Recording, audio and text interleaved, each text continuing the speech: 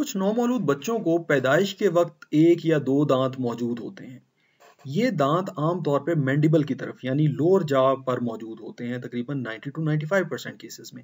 लेकिन कुछ बच्चों में ये अपर जॉ पे भी होते हैं। जिन बच्चों में अपर जॉ पे ये टीथ पैदाइशी होते हैं या नेटल टीथ या फीटल टीथ होते हैं, उनमें होंठ के कटे होना जिसे क्लेफ्ट लिप कहते हैं या क्लेफ्ट पैलेट का मर्ज के लिए एग्जामिन करना चाहिए। ऐसे बच्चे की तशखीस जो है रूल आउट करना ज़रूरी होता है कि कहीं इसको क्लेफ्ट पैलेट तो नहीं है, कहीं क्लेफ्ट लिप तो नहीं है ऐसे बच्चे को। और जिस बच्चे को लोअर मैंडिबल साइड पे भी ये टीथ हैं, उसमें भी कोई ये खुशी वाली बात नहीं है, ये थोड़ी सी परेशानी की बात है क्योंकि ये एक एबनॉर्मल कंडीशन है और इसके साथ मजीद एबनॉर्मेलिटीज़ हमने बच्चे में देखनी होती हैं। इसके जैसा कि इस बच्चे में नज़र आ रहा है कि इसका होंठ भी टेढ़ा है, तो इस बच्चे में एक साइड की फेशियल नर्व पाल्सी भी है, यानी एक साइड का फेस इसका पैरालाइज है पैदाइशी तौर पे।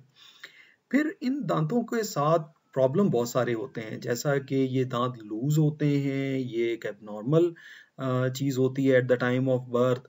और बच्चे की ज़ुबान बहुत नाजुक होती है, बच्चे के मसूड़े बहुत नाजुक होते हैं, ये ज़ुबान को टच करता है, ये दांत तो ज़ुबान के ऊपर अल्सर बना देता है, दूसरे मसूड़ों को टच करता है तो उसके ऊपर अल्सर बना देता है।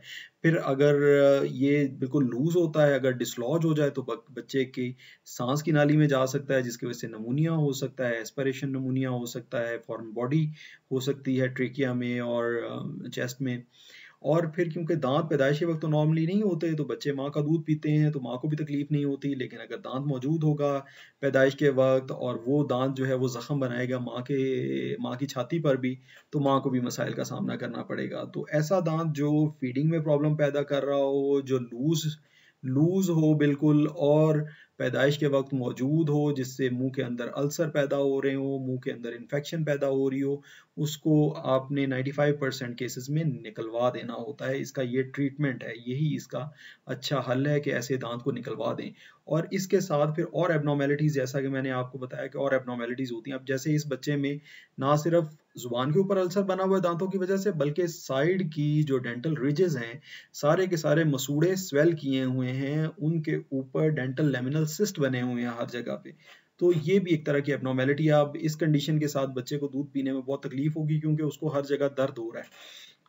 अगर यही दांत बच्चे की पैदाइश के 30 दिन के अंदर अंदर आए तो उनको हम कहते हैं न्यूनेटल टीथ। न्यूनेटल टीथ जो है वो थोड़े से डिफरेंट होते हैं नेटल टीथ यानी पैदाइशी दांतों की निस्बत। ये प्राइमरी टीथ होते हैं, जो न्यूनेटल टीथ होते हैं ये प्राइमरी टीथ होते हैं, इनके बाद परमानेंट टीथ आने होते हैं और ये आमतौर पे लूज नहीं होते, ये फिक्स होते हैं। और ये क्योंकि ग्रेजुअली जाहिर होते हैं तो बच्चा और माँ अपने आप को एडजस्ट कर लेते हैं इन दांतों के साथ, और ना माँ की छाती पे जख्म आते हैं और ना बच्चे के मुंह के अंदर जख्म आते हैं। और जुबान भी आहिस्ता आहिस्ता इसकी आदी हो जाती है, आहिस्ता आहिस्ता बच्चे की जुबान भी जो है वो सख्त जान हो जाती है और इसको बर्दाश्त कर जाती है। लेकिन जो नेटल टीथ, जो पैदाइशी वक्त के दांत होते हैं, वो प्री प्राइमरी टीथ होते हैं, यानी वो प्राइमरी टीथ से भी पहले वाले टीथ होते हैं, वो लूज होते हैं, उनको निकाल भी दें तो उनके बाद प्राइमरी टीथ आने होते हैं और फिर परमानेंट टीथ आने होते हैं। लेकिन जो न्यूनेटल टीथ हैं ये आमतौर पे 85% केसेस में प्राइमरी टीथ होते हैं और इनके बाद परमानेंट टीथ आने होते हैं 6 साल की उम्र में। तो इस वजह से इनको 85% केसेस में निकाला नहीं जा सकता, वेयर एज नेटल टीथ जो पैदाइश के वक्त मौजूद होते हैं दांत, उनको निकाला जा सकता है। न्यूनेटल टीथ जो पैदाइश के 30 दिन के अंदर आते हैं, ये भी आमतौर पे मैंडिबल साइड पे होते हैं, लोअर जॉ पे पहले निकलते हैं और इनके साथ भी साथ साथ सिस्टिक स्वेलिंग बहुत सारी मुंह के अंदर मौजूद होती है। लेकिन ये इतना परेशान कुन चीज नहीं है जितना कि नेटल टीथ का होना परेशान कुन होता है। फिर कुछ और कंडीशंस होती हैं मुंह की जिनको नेटल टीथ, जिनको पैदाइशी टीथ समझा जाता है, पैदाइशी दांत समझा जाता है। यहाँ पे बहुत नोड्यूल्स हैं। ये एबनॉर्मली पोजीशन सलाइवरी ग्लैंड्स हैं जो कि अपना लाबे दहन सक्रीट कर रहे हैं, लेकिन आगे क्योंकि सुराख ही नहीं है जिल्द के ऊपर, तो इस वजह से वो जिल्द के नीचे ही जमा हुए जा रहा है और इस तरह से वाइटिश और बड़ी टेंस किस्म की स्वेलिंग बना देता है डेंटल रिजेस के ऊपर, मसूड़ों के ऊपर। इसको कहते हैं हम बोहन नोड्यूल्स। और ये खुद ब खुद ठीक हो जाते हैं, कोई परेशानी लेने की जरूरत नहीं है, किसी डॉक्टर या डेंटल सर्जन को दिखाने की जरूरत नहीं है। अगर खुदा ना खास्ता इनकी मौजूदगी में और मसाइल हों, मसूड़े बहुत ज़्यादा फूल जाएं या इनकी वजह से अल्सर हो जाएं और बच्चा फीड करने से जाता रहे, बच्चे को तकलीफ हो, बुखार हो, तो फिर ज़रूर डॉक्टर को दिखाना है। इसकी कॉम्प्लिकेशंस के लिए ज़रूर दिखाना है डॉक्टर को, लेकिन बोन नोड्यूल्स के लिए इटसेल्फ डॉक्टर को दिखाने की ज़रूरत नहीं होती।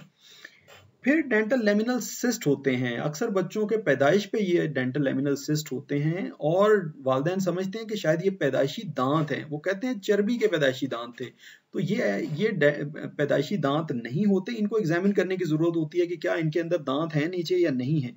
अगर नीचे दांत हो तो फिर तो प्रॉबेबली दांत निकल आएंगे और ये डेंटल लेमिनल सिस्ट बैठ जाएगा। लेकिन ये बिल्कुल अगर सॉफ्ट स्वेलिंग है तो ये खुद ब खुद 2 से 3 महीने में ख़त्म हो जाएगी बगैर किसी तकलीफ के इंशाल्लाह। लेकिन अगर तकलीफ पैदा कर रही है, अगर फीडिंग में प्रॉब्लम आ रहा है, तो फिर डॉक्टर को आपने चेकअप करवाना है। और लास्ट चीज़ जो है एप्स्टीन पर्ल है।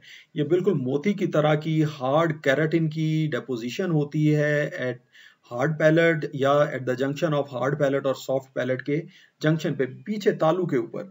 जो आपको एक रेजोल्यूशन इतनी अच्छी नहीं है, लेकिन पीछे तालू के ऊपर नजर आ रही है आपको। किसी बच्चे में एक होती है, लेकिन अक्सर बच्चों में मल्टीपल होते हैं ये एप्स्टीन पर्ल्स। और ये केराटिन की डेपोजिशन होती है और ये भी टाइम के साथ साथ 2 महीने 3 महीने में खुद से रिजॉल्व कर जाती है। इसके लिए भी किसी डॉक्टर को दिखाने की जरूरत नहीं होती और ना इसकी कोई कॉम्प्लिकेशन होती है।